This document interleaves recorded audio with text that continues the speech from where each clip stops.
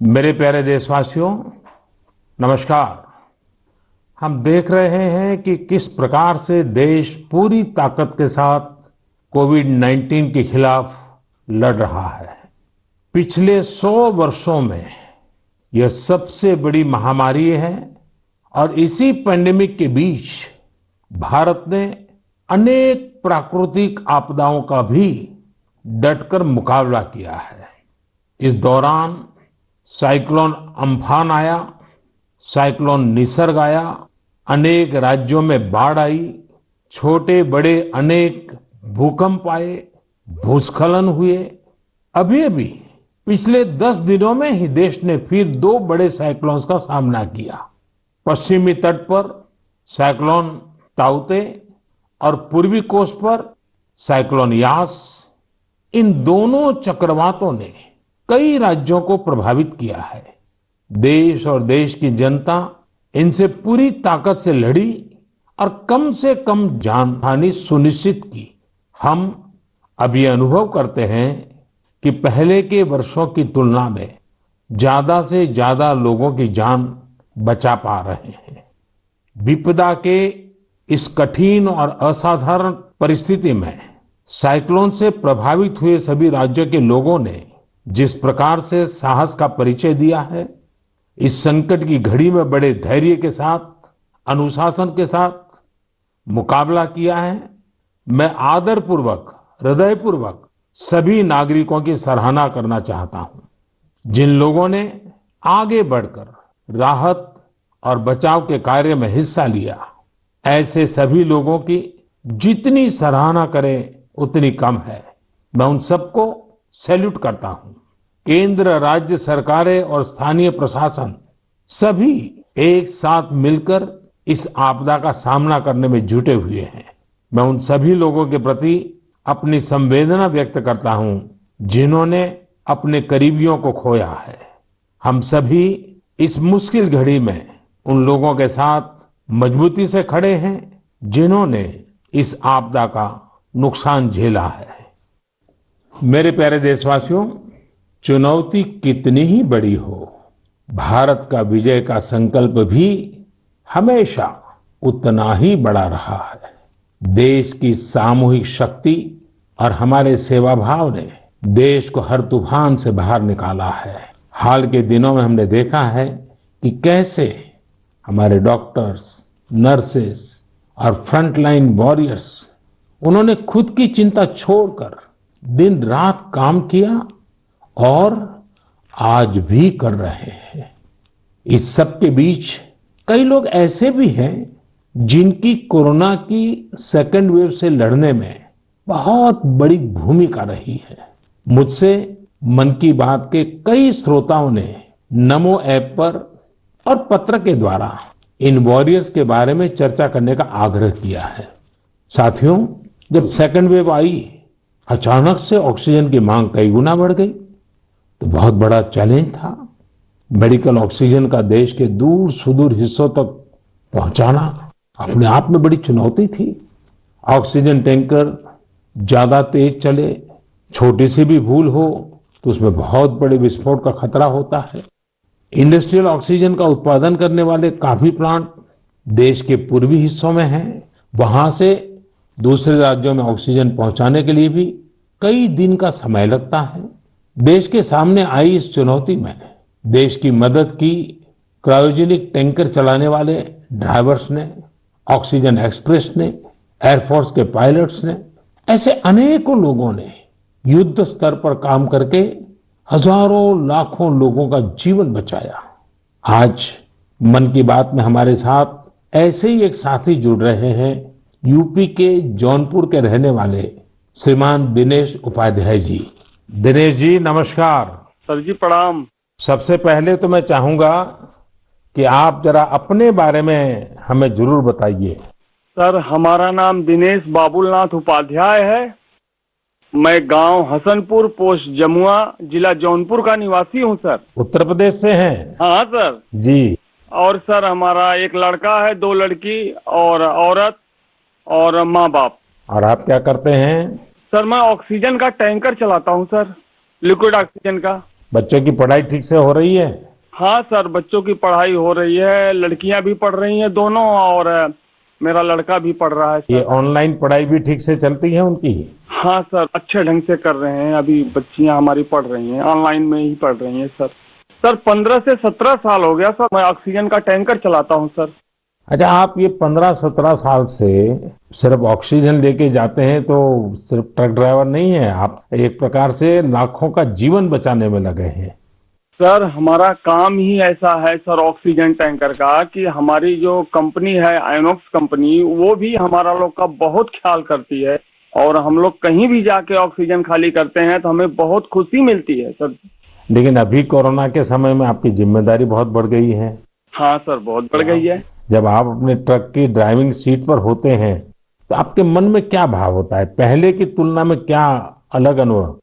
काफी दबाव भी रहता होगा, मानसिक तनाव रहता होगा, परिवार की चिंता, कोरोना का माहौल, लोगों की तरफ से दबाव, मांगे, क्या कुछ होता होगा? सर हमें कोई चिंता नहीं होता, हमें खाली यही होता है कि मैं अपना जो कर्तव्य कर रहा हूँ सर जी, वो हम टाइम पे लेके, अगर हमारे ऑक्सीजन से किसी को अगर जीवन मिलता है तो ये हमारे लिए बहुत गौरव की बात है। बहुत उत्तम तरीके से आप अपनी भावना व्यक्त कर रहे हो। अच्छा, ये बताइए, आज जब इस महामारी के समय लोग आपके काम के महत्व को देख रहे हैं, जो शायद पहले इतना नहीं समझा होगा, अब समझ रहे हैं, तो क्या आपके और आपके काम के प्रति उनके नजरिए में परिवर्तन आया है? हाँ सर जी, अभी पहले हम ऑक्सीजन के ड्राइवर कहीं भी जाम में इधर उधर फंसे रहते थे, लेकिन आज के डेट में प्रशासन ने भी हमारा लोग का बहुत हेल्प किया। और जहां भी हम जाते हैं, हम भी, हमारे अंदर से एक जिज्ञासा आती है, हम कितने जल्दी पहुंच के लोगों की जान बचाएं सर। चाहे खाना मिले चाहे न मिले, कुछ भी दिक्कत हो, लेकिन हम हॉस्पिटल पहुंचते हैं जब टैंकर लेके, और देखते हैं कि हॉस्पिटल वाले हम लोग को वी का इशारा करते हैं, उनके फैमिली लोग जिसके घर वाले एडमिट होते हैं। अच्छा, विक्ट्री का भी बताते हैं? हाँ सर, वी बताते हैं, कोई अंगूठा दिखाता है। हमको बहुत तसल्ली आती है हमारे जीवन में कि हमने कोई अच्छा काम जरूर किया है, जो मुझे ऐसा सेवा करने का अवसर मिला है सर। सारी थकान उतर जाती होगी। हाँ सर, हाँ सर। तो घर आकर के बच्चों से बातें बताते हो आप सब? नहीं सर, बच्चे तो हमारे गांव में रहते हैं, हम तो यहाँ आइनॉक्स एयर प्रोडक्ट में मैं ड्राइवरी करता हूँ। 8-9 महीने के बाद तब घर जाता हूँ। तो कभी फोन पे बच्चों से बात करते होंगे तो? हाँ सर, बराबर होता है। तो उनके मन में रहता होगा, पिताजी जरा संभालिए ऐसे समय। सर जी, वो लोग बोलते हैं पापा काम करो लेकिन अपने सेफ्टी से करो, और हम लोग सर सेफ्टी से काम करते हैं। हमारा मानगांव प्लांट भी है और आइनॉक्स बहुत हमारा लोग का हेल्प करता है। चलिए दिनेश जी, मुझे बहुत अच्छा लगा आपकी बातें सुन करके, और देश को भी लगेगा कि इस कोरोना की लड़ाई में कैसे कैसे किस प्रकार से लोग काम कर रहे हैं। आप 9-9 महीने तक अपने बच्चों को नहीं मिल रहे हैं, परिवार को नहीं मिल रहे हैं, सिर्फ लोगों की जान बच जाए। जब ये देश सुनेगा ना, देश को गर्व होगा कि लड़ाई हम जीतेंगे, क्योंकि दिनेश उपाध्याय जैसे लाखों लाखों ऐसे लोग हैं जो जी जान से जुटे हुए हैं। सर जी, हम लोग कोरोना को किसी ना किसी दिन जरूर हराएंगे सर जी। चलिए दिनेश जी, आपकी ये भावना, यही तो देश की ताकत है। बहुत बहुत धन्यवाद दिनेश जी, और आपके बच्चों को मेरे आशीर्वाद कहिएगा। ठीक है, तो धन्यवाद। प्रणाम प्रणाम। धन्यवाद। साथियों, जैसा कि दिनेश जी बता रहे थे, वाकई जब एक टैंकर ड्राइवर ऑक्सीजन लेकर अस्पताल पहुंचते हैं तो ईश्वर के भेजे गए दूत ही लगते हैं। हम समझ सकते हैं कि ये काम कितनी जिम्मेदारी का होता है और इसमें कितना मानसिक दबाव भी होता है। साथियों, चुनौती के इसी समय में ऑक्सीजन के ट्रांसपोर्टेशन को आसान करने के लिए भारतीय रेल भी आगे आई है। ऑक्सीजन एक्सप्रेस, ऑक्सीजन रेल ने सड़क पर चलने वाले ऑक्सीजन टैंकर से कहीं ज्यादा तेजी से, कहीं ज्यादा मात्रा में ऑक्सीजन देश के कोने कोने में पहुंचाई। माताओं बहनों को यह सुनकर गर्व होगा कि एक ऑक्सीजन एक्सप्रेस तो पूरी तरह महिलाएं ही चला रही हैं। देश की हर नारी को इस बात का गर्व होगा। इतना ही नहीं, हर हिंदुस्तानी को गर्व होगा। मैंने ऑक्सीजन एक्सप्रेस के एक लोको पायलट शिरीषा गजनी जी को मन की बात में आमंत्रित किया है। शिरीषा जी, नमस्ते। नमस्ते सर, कैसे है सर? मैं बहुत ठीक हूँ शिरिषा जी। मैंने सुना है कि आप तो रेलवे पायलट के रूप में काम कर रही है और मुझे बताया गया कि आपकी पूरी महिलाओं की टोली ये ऑक्सीजन एक्सप्रेस को चला रही है। शिरिषा जी, आप बहुत ही शानदार काम कर रही हैं। कोरोना काल में आपकी तरह अनेक महिलाओं ने आगे आकर कोरोना से लड़ने में देश को ताकत दी है। आप भी नारी शक्ति का एक बहुत बड़ा उदाहरण है। लेकिन देश जानना चाहेगा, मैं जानना चाहता हूं कि आपको ये मोटिवेशन कहाँ से मिलता है? सर मुझको मोटिवेशन मेरा फादर मदर भी है सर। मेरा फादर गवर्नमेंट एम्प्लॉय है sir. Actually I am having 2 elder sisters.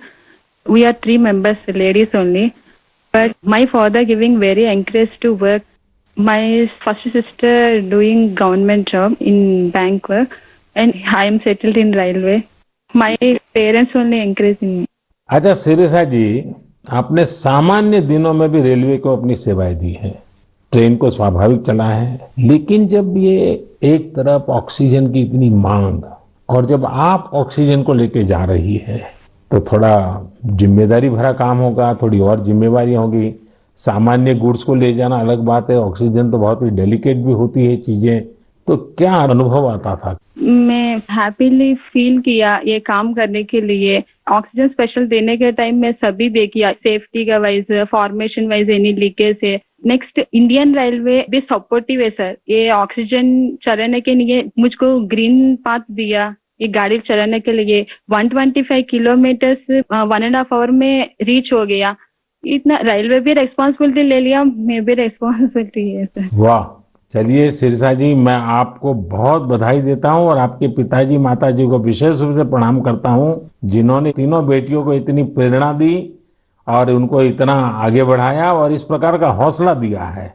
और मैं समझता हूं ऐसे माँ बाप को भी प्रणाम और आप सभी बहनों को भी प्रणाम, जिन्होंने इस प्रकार से देश की सेवा भी की और जज्बा भी दिखाया है। बहुत बहुत धन्यवाद शिरिषा जी। धन्यवाद सर, थैंक यू सर। आपका ब्लेसिंग्स चाहिए सर मुझ बस पर। परमात्मा का आशीर्वाद आप पर बना रहे, आपके माता पिता का आशीर्वाद बना रहे।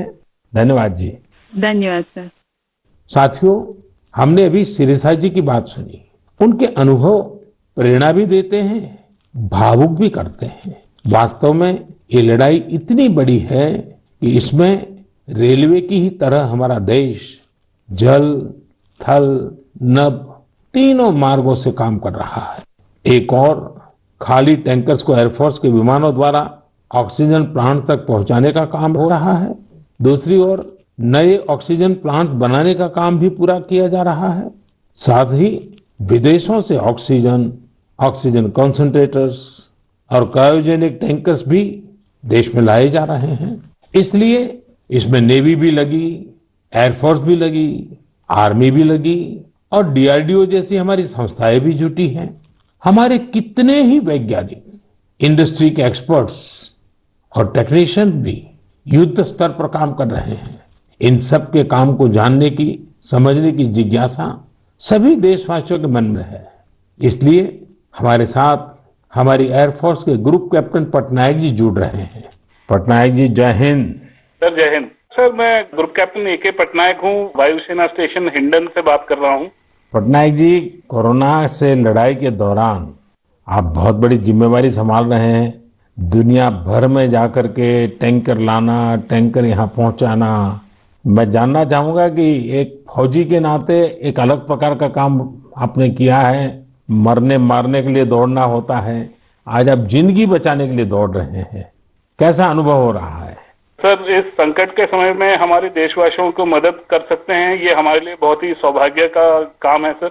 और ये जो भी हमें मिशंस मिले हैं, हम बखूबी से उसको निभा रहे हैं। हमारी ट्रेनिंग और सपोर्ट सर्विसेज जो हैं हमारी पूरी मदद कर रहे हैं।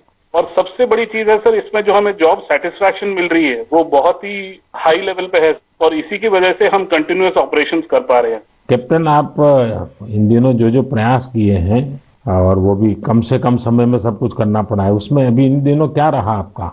सर पिछले 1 महीने से हम कंटिन्यूअसली ऑक्सीजन टैंकर्स और liquid oxygen containers domestic destination और इंटरनेशनल डेस्टिनेशन दोनों से उठा रहे हैं सर। करीब 1600 सॉर्टी से ज्यादा एयरफोर्स कर चुकी है और 3000 से ज्यादा घंटे हम उड़ चुके हैं। करीब 160 इंटरनेशनल मिशन कर चुके हैं। इस वजह से हम हर जगह से ऑक्सीजन टैंकर्स, जो पहले अगर डोमेस्टिक में 2 से 3 दिन लगते थे, हम उसको 2 से 3 घंटे में एक जगह से दूसरी जगह पहुंचा सकते हैं सर। और इंटरनेशनल मिशंस में भी with in 24 hours continuous round the clock operations करके पूरी एयरफोर्स इसमें लगी हुई है कि जितनी जल्दी हो सके हम जितने ज्यादा टैंकर ला सकें और देश की मदद कर सके सर। कैप्टन, आपको इंटरनेशनल में अभी कहाँ कहाँ दौड़ भागना पड़ा? सर शॉर्ट नोटिस पे हमें सिंगापुर, दुबई, बेल्जियम, जर्मनी और यूके, ये सब जगह पे different fleets of the Indian air force sir, IL-76, C-17 और बाकी सारे विमान गए थे, C-130, जो बहुत ही शॉर्ट नोटिस पे ये मिशन प्लान करके हमारी ट्रेनिंग और जोश की वजह से हम टाइमली इन मिशन को कंप्लीट कर पाए सर। देखिए, इस बार देश गर्व अनुभव करता है कि जल हो, थल हो, नभ हो, हमारे सारे जवान इस कोरोना के खिलाफ लड़ाई में लगे हैं। और कैप्टन, आपने भी बहुत बड़ी जिम्मेवारी निभाई है, तो मैं आपको भी बहुत बधाई देता हूं। Sir thank you so much sir. हम अपनी पूरी कोशिश में जी जान के साथ लगे हुए हैं और मेरी बेटी भी मेरे साथ है सर, अदिति। अरे वाह! नमस्ते मोदी जी। नमस्ते बेटी, नमस्ते। अदिति, आप कितने साल की हैं? मैं 12 साल की हूँ और मैं क्लास 8 में पढ़ती हूँ। तो ये पिताजी बाहर जाते हैं, यूनिफॉर्म में रहते हैं। हाँ, तो उनके लिए मुझे बहुत प्राउड लगता है, बहुत गर्व महसूस होता है कि वो इतना सब महत्वपूर्ण काम कर रहे हैं। जो सारे कोरोना पीड़ित लोग हैं उनकी मदद इतनी ज्यादा कर रहे हैं और इतने सारे देशों से ऑक्सीजन टैंकर्स ला रहे हैं, कंटेनर्स ला रहे हैं। लेकिन बेटी तो पापा को बहुत मिस करती है ना? हाँ, मैं बहुत मिस करती हूँ उन्हें। वो आजकल ज्यादा घर पे रह भी नहीं पा रहे हैं क्योंकि इतने सारे इंटरनेशनल फ्लाइट्स में जा रहे हैं और कंटेनर्स और टैंकर्स उनके प्रोडक्शन प्लांट्स तक पहुंचा रहे हैं ताकि जो कोरोना पीड़ित लोग हैं उनको टाइमली ऑक्सीजन मिल सके और उनकी जान बच सके। तो बेटा, ये जो ऑक्सीजन के कारण लोगों की जान बचाने वाला काम तो अब घर घर में लोगों को पता चला है। जब तुम्हारे फ्रेंड सर्कल, तुम्हारे साथी स्टूडेंट जानते होंगे कि तुम्हारे पिताजी ऑक्सीजन की सेवा में लगे हैं, तो तुम्हारे प्रति भी बड़े आदर से देखते होंगे वो लोग। हाँ, मेरे सारे फ्रेंड्स भी बोलते हैं कि तुम्हारे पापा इतना ज्यादा इम्पोर्टेंट काम कर रहे हैं और तुम्हें भी बहुत प्राउड लगता होगा। और तब मुझे इतना ज्यादा गर्व अनुभव होता है। और मेरी जो सारी फैमिली है, मेरे नाना नानी, दादी, सब लोग भी मेरे पापा के लिए बहुत प्राउड है। मेरी मम्मी, और वो लोग भी डॉक्टर्स हैं, वो लोग भी दिन रात काम कर रहे हैं। और सारी आर्म फोर्सेस, मेरे पापा के सारे स्क्वाड्रन के अंकल्स और सारी जो फोर्सेस हैं, सब लोग, सारी सेना बहुत काम कर रही है। और मुझे यकीन है कि सबकी कोशिशों के साथ हम लोग कोरोना से ये लड़ाई जरूर जीतेंगे। हमारे यहाँ कहते हैं कि बेटी जब बोलती है ना, तो उसके शब्दों में सरस्वती विराजमान होती है। और जब अदिति बोल रही है कि हम जरूर जीतेंगे, तो एक प्रकार से ये ईश्वर की वाणी बन जाती है। अच्छा अदिति, अभी तो ऑनलाइन पढ़ती होगी? हाँ, अभी तो हमारे सारे ऑनलाइन क्लासेस चल रहे हैं और अभी हम लोग घर पे भी सारे फुल प्रिकॉशंस ले रहे हैं। और कहीं अगर बाहर जाना है तो फिर डबल मास्क पहन के और सब कुछ सारे प्रिकॉशंस और पर्सनल हाइजीन मेंटेन कर रहे हैं, सब चीजों का ध्यान रख रहे हैं। अच्छा बेटा, तुम्हारी क्या हॉबीज है, क्या पसंद है? मेरी हॉबीज हैं कि मैं स्विमिंग और बास्केटबॉल करती हूँ, पर अभी तो वो थोड़ा बंद हो गया है। और इस लॉकडाउन और कोरोना वायरस के दौरान मैंने बेकिंग और कुकिंग का बहुत ज्यादा मुझे शौक है। और मैं अभी सारे बेकिंग और कुकिंग करके, जब पापा इतना सारा काम करके आते हैं तो मैं उनके लिए कुकीज और केक बनाती हूँ। वाह वाह वाह! चलिए बेटा, बहुत दिनों के बाद तुम्हें पापा के साथ समय बिताने का मौका मिला है, बहुत अच्छा लगा।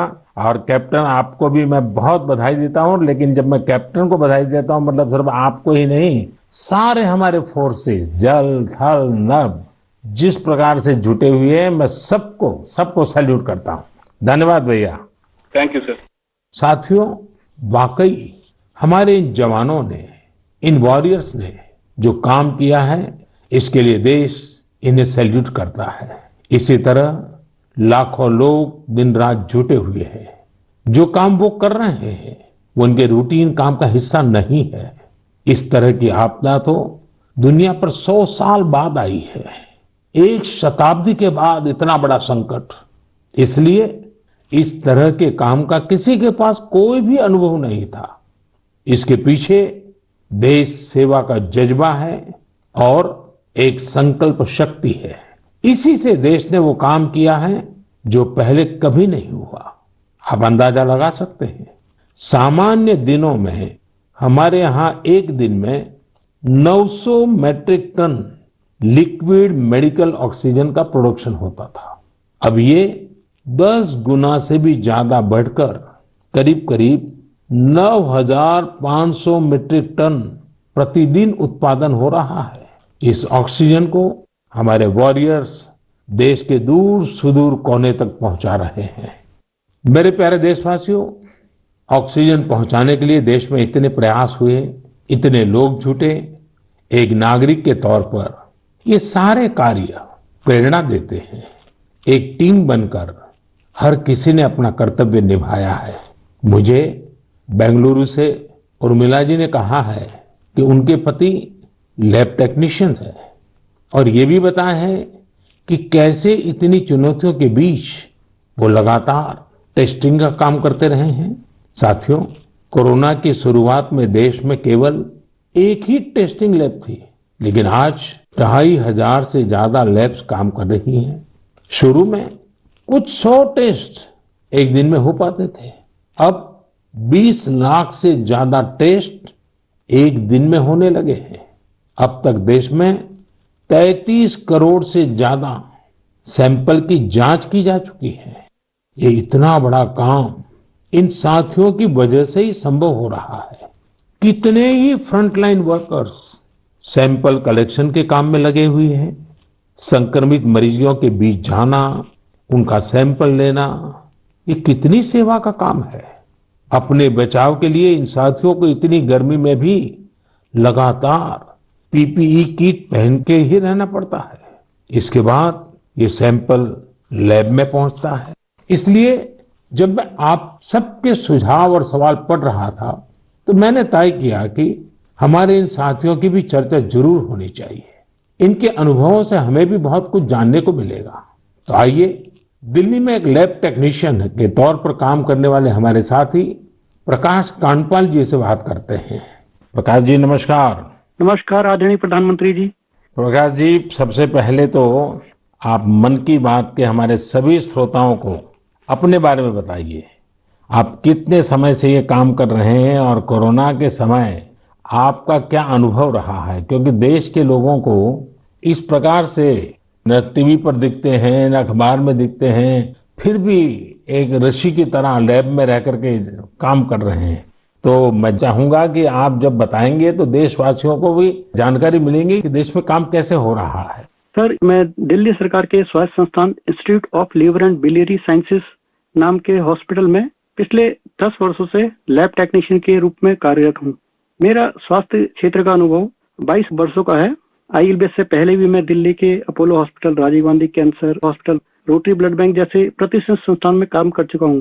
सर, यद्यपि सभी जगह मैंने रक्त कोष विभाग में अपनी सेवाएं दी, परंतु पिछले वर्ष 1 अप्रैल 2020 से मैं आईएलबीएस के वायरोलॉजी डिपार्टमेंट के अधीनस्थ कोविड टेस्टिंग लैब में कार्य कर रहा हूँ। निस्संदेह कोविड महामारी में स्वास्थ्य एवं स्वास्थ्य से संबंधित सभी साधन संसाधनों पर अत्यधिक दबाव पड़ा, पर मैं इस संघर्ष के दौर को निजी तौर पर इसमें ऐसा अवसर मानता हूँ जब राष्ट्र, मानवता, समाज हमसे अधिक उत्तरदायित्व, सहयोग, हमसे अधिक सामर्थ्य और हमसे अधिक क्षमता के प्रदर्शन की अपेक्षा करता है और आशा करता है। और सर, जब हम राष्ट्र के, मानवता के, समाज की अपेक्षा के और आशा के अनुरूप अपने स्तर पर, जो कि एक बूंद के बराबर है, हम उस पर काम करते हैं, खरा उतरते हैं, तो एक गौरव की अनुभूति होती है।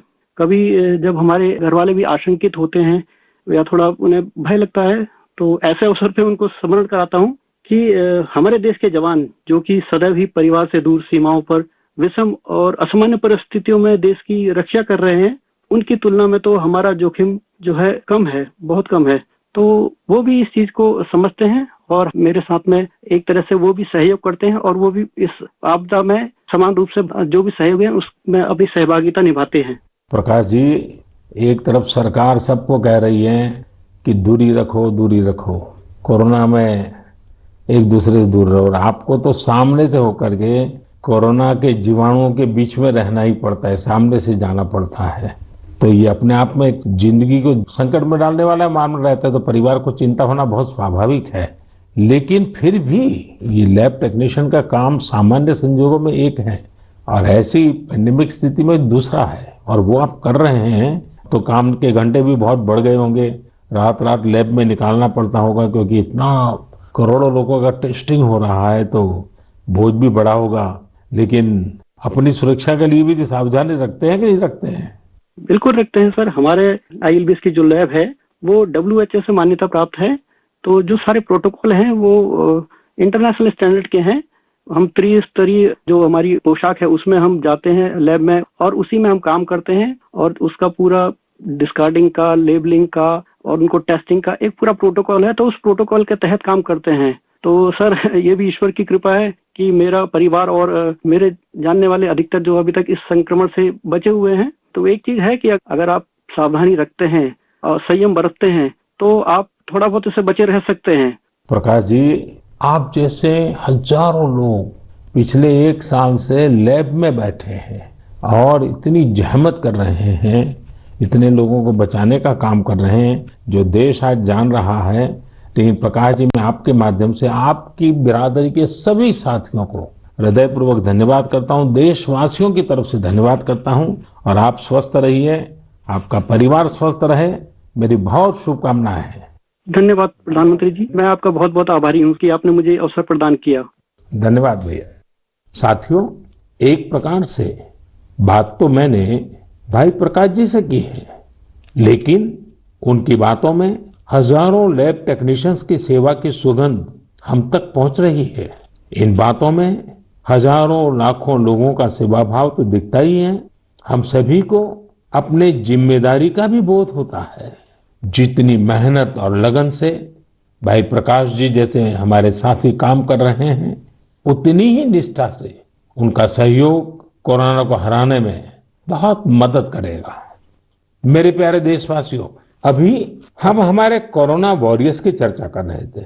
पिछले 1.5 सालों में हमने उनका खूब समर्पण और परिश्रम देखा है, लेकिन इस लड़ाई में बहुत बड़ी भूमिका देश के कई क्षेत्रों के अनेक वॉरियर्स की भी है। आप सोचिए, हमारे देश पर इतना बड़ा संकट आया, इसका असर देश की हर एक व्यवस्था पर पड़ा। कृषि व्यवस्था ने खुद को इस हमले से काफी हद तक सुरक्षित रखा। सुरक्षित ही नहीं रखा, बल्कि प्रगति भी की, आगे भी बढ़ी। क्या आपको पता है कि इस महामारी में भी हमारे किसानों ने रिकॉर्ड उत्पादन किया है? किसानों ने रिकॉर्ड उत्पादन किया तो इस बार देश ने रिकॉर्ड फसल खरीदी भी की। इस बार कई जगहों पर तो सरसों के लिए किसानों को MSP से भी ज्यादा भाव मिला है। रिकॉर्ड खाद्यान्न उत्पादन की वजह से ही हमारा देश हर देशवासी को संबल प्रदान कर पा रहा है। आज इस संकट काल में 80 करोड़ गरीबों को मुफ्त राशन उपलब्ध कराया जा रहा है, ताकि गरीब के घर में भी कभी ऐसा दिन न आए जब चूल्हा न जले। साथियों, आज हमारे देश के किसान कई क्षेत्रों में नई व्यवस्थाओं का लाभ उठाकर कमाल कर रहे हैं। जैसे कि अगरतला के किसानों को ही लीजिए। ये किसान बहुत अच्छे कटहल की पैदावार करते हैं। इनकी मांग देश विदेश में हो सकती है, इसलिए इस बार अगरतला के किसानों के कटहल रेल के जरिए गुवाहाटी तक लाए गए। गुवाहाटी से अब ये कटहल लंदन भेजे जा रहे हैं। ऐसे ही आपने बिहार की शाही लीची का नाम भी सुना होगा। 2018 में सरकार ने शाही लीची को GI टैग भी दिया था, ताकि इसकी पहचान मजबूत हो और किसानों को ज्यादा फायदा हो। इस बार बिहार की ये शाही लीची भी हवाई मार्ग से लंदन भेजी गई है। पूरब से पश्चिम, उत्तर से दक्षिण, हमारा देश ऐसे ही अनूठे स्वाद और उत्पादों से भरा पड़ा है। दक्षिण भारत में विजयनगरम के आम के बारे में आपने जरूर सुना होगा। अब भला ये आम कौन नहीं खाना चाहेगा। इसलिए अब किसान रेल सैकड़ों टन विजयनगरम आम दिल्ली पहुंचा रही है। दिल्ली और उत्तर भारत के लोगों को विजयनगरम आम खाने को मिलेगा और विजयनगरम के किसानों को अच्छी कमाई होगी। किसान रेल अब तक करीब करीब 2 लाख टन उपज का परिवहन कर चुकी है। अब किसान बहुत कम कीमत पर फल, सब्जियां, अनाज देश के दूसरे सुदूर हिस्सों में भेज पा रहा है। मेरे प्यारे देशवासियों, आज 30 मई को हम मन की बात कर रहे हैं और संयोग से ये सरकार के 7 साल पूरे होने का भी समय है। इन वर्षों में देश सबका साथ, सबका विकास, सबका विश्वास के मंत्र पर चला है। देश की सेवा में हर क्षण समर्पित भाव से हम सभी ने काम किया है। मुझे कई साथियों ने पत्र भेजे हैं और कहा है कि मन की बात में 7 साल की हमारी आपकी इस साझी यात्रा पर भी चर्चा करूं। साथियों, इन 7 वर्षों में जो कुछ भी उपलब्धि रही है वो देश की रही है, देशवासियों की रही है। कितने ही राष्ट्रीय गौरव के क्षण हमने इन वर्षों में साथ मिलकर अनुभव किए हैं। जब हम ये देखते हैं कि अब भारत दूसरे देशों की सोच और उनके दबाव में नहीं, अपने संकल्प से चलता है, तो हम सबको गर्व होता है। जब हम देखते हैं कि अब भारत अपने खिलाफ साजिश करने वालों को मुंहतोड़ जवाब देता है, तो हमारा आत्मविश्वास और बढ़ता है। जब भारत राष्ट्रीय सुरक्षा के मुद्दों पर समझौता नहीं करता, जब हमारी सेनाओं की ताकत बढ़ती है, तो हमें लगता है कि हाँ, हम सही रास्ते पर हैं। साथियों, मुझे कितने ही देशवासियों के संदेश, उनके पत्र देश के कोने कोने से मिलते हैं। कितने ही लोग देश को धन्यवाद देते हैं कि 70 साल बाद उनके गांव में पहली बार बिजली पहुंची है। उनके बेटे बेटियां उजाले में, पंखे में बैठ करके पढ़ रहे हैं। कितने ही लोग कहते हैं कि हमारा भी गांव अब पक्की सड़क से शहर से जुड़ गया है। मुझे याद है, एक आदिवासी इलाके से कुछ साथियों ने मुझे संदेश भेजा था कि सड़क बनने के बाद पहली बार उन्हें ऐसा लगा कि वो भी बाकी दुनिया से जुड़ गए हैं। ऐसे ही कहीं कोई बैंक खाता खोलने की खुशी साझा करता है, तो कोई अलग अलग योजनाओं की मदद से जब नया रोजगार शुरू करता है, तो उस खुशी में मुझे भी आमंत्रित करता है। प्रधानमंत्री आवास योजना के तहत घर मिलने के बाद गृह प्रवेश के आयोजन में कितने ही निमंत्रण मुझे हमारे देशवासियों की ओर से लगातार मिलते रहते हैं।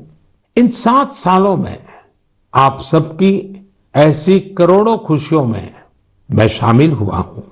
अभी कुछ दिन पहले ही मुझे गांव से एक परिवार ने जल जीवन मिशन के तहत घर में लगे पानी के नल की एक फोटो भेजी।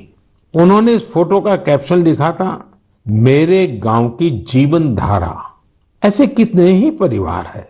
आजादी के बाद 7 दशकों में हमारे देश के केवल 3.5 करोड़ ग्रामीण घरों में ही पानी के कनेक्शन थे, लेकिन पिछले 21 महीनों में ही 4.5 करोड़ घरों को साफ पानी के कनेक्शन दिए गए हैं।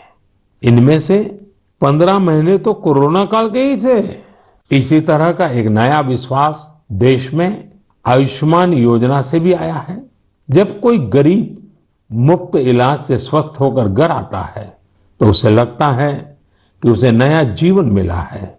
उसे भरोसा होता है कि देश उसके साथ है। ऐसे कितने ही परिवारों का आशीर्वचन, करोड़ों माताओं का आशीर्वाद लेकर हमारा देश मजबूती के साथ विकास की ओर अग्रसर है। साथियों, इन 7 सालों में भारत ने डिजिटल लेन देन में दुनिया को नई दिशा दिखाने का काम किया है। आज किसी भी जगह जितनी आसानी से आप चुटकियों में डिजिटल पेमेंट कर देते हैं, वो कोरोना के समय में भी बहुत उपयोगी साबित हो रहा है। आज स्वच्छता के प्रति देशवासियों की गंभीरता और सतर्कता बढ़ रही है। हम रिकॉर्ड सैटेलाइट भी प्रक्षेपित कर रहे हैं और रिकॉर्ड सड़कें भी बना रहे हैं। इन 7 वर्षों में ही देश के अनेकों पुराने विवाद भी पूरी शांति और सौहार्द से सुलझाए गए हैं। पूर्वोत्तर से लेकर कश्मीर तक शांति और विकास का एक नया भरोसा जगा है। साथियों, क्या आपने सोचा है ये सब काम जो दशकों में भी नहीं हो सके, इन 7 सालों में कैसे हुए? ये सब इसलिए संभव हुआ क्योंकि इन 7 सालों में हमने सरकार और जनता से ज्यादा एक देश के रूप में काम किया, एक टीम के रूप में काम किया, टीम इंडिया के रूप में काम किया। हर नागरिक ने देश को आगे बढ़ाने में एकाध कदम आगे बढ़ाने का प्रयास किया है।